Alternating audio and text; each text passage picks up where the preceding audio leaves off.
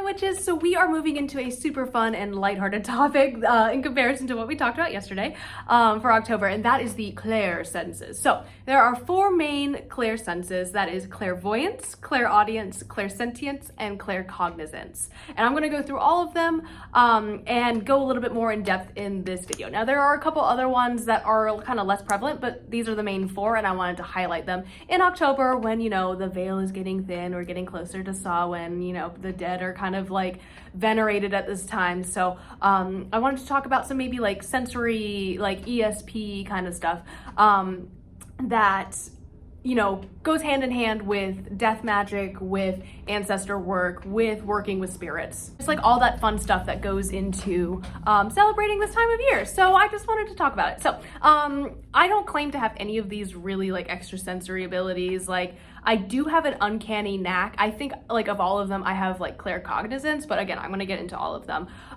because like I think a lot of that was like I was conditioned to pick up on like subtle changes in people's behavior and just kind of like preempt that because like grew up in an abusive household, it's fine. So, and like I'm an emotional trauma survivor, so like that's very common, but sometimes it's like a little bit more than that, and I will explain what I mean. Okay, so the first one I want to talk about, and the biggest one, is clairvoyance, which means clear seeing. You perceive extra like messages, and it's usually in your mind's eye. So this could be like shadow people you could see physically, or you're more likely to see apparitions of spirits, some symbols in your mind's eye. Images usually are like kind of metaphorical in nature, so if you do walk into a place and you see like, you know, I don't know, a key in a lock or something like that, that might mean that there's some like secrets there or whatever. They can appear when you are waking, but generally, again, occur in the dream realm. And this is like kind of the most common depiction of like psychic powers that we see in Hollywood. So in all honesty, from my understanding, it's not really like that. It's a little bit different. It's a little bit more metaphorical, and it's something that like you see it as if it's happening in front of you, but you know that it's not. Like you're cognizant of the fact that it's not really there, but that it is a message that you are receiving from an outside source, if that makes sense.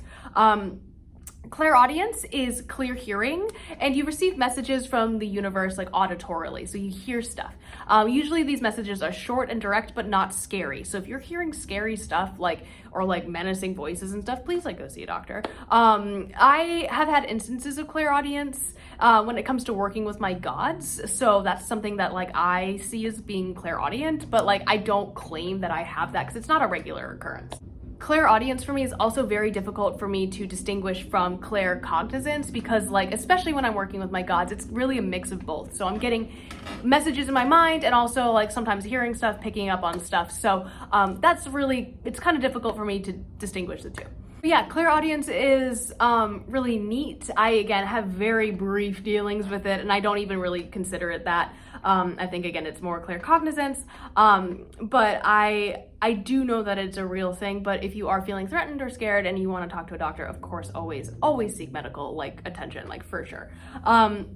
So the next one that I want to talk about is Clairsentience, and this is one of the most common, I guess, clairvoyance and clairsentience, but I think clairsentience is the most like widely common, and you'll see what I mean. But I definitely have like a little touch of it. Clairsentience is clear knowing, and you gain knowledge of a situation through feeling people's emotions. Very sensitive to other people's emotions, and I just like kind of know immediately how to approach a situation. I think it's something that we all kind of subconsciously pick up on, but people who are clairsentient, like it goes a little bit further than that. Clairsentient people like tend to go with their gut feeling about everything, like all the time. And mine, I think, it's really never steered me wrong. My intuition is like always like I should listen to it more because I'm usually right about stuff, and I'm like, why didn't I listen? And like as an abuse like survivor, like this sense makes the most sense for me to have, and it became like really heightened, and I rely on it really heavily as a witch in terms of like what I should do for a ritual, even like how I should approach a situation, how I should guide somebody. I'm sorry guys, I said clairsentience is clear knowing. Clairsentience is clear feeling. I'm so sorry about that. I got my things mixed up. So there we go.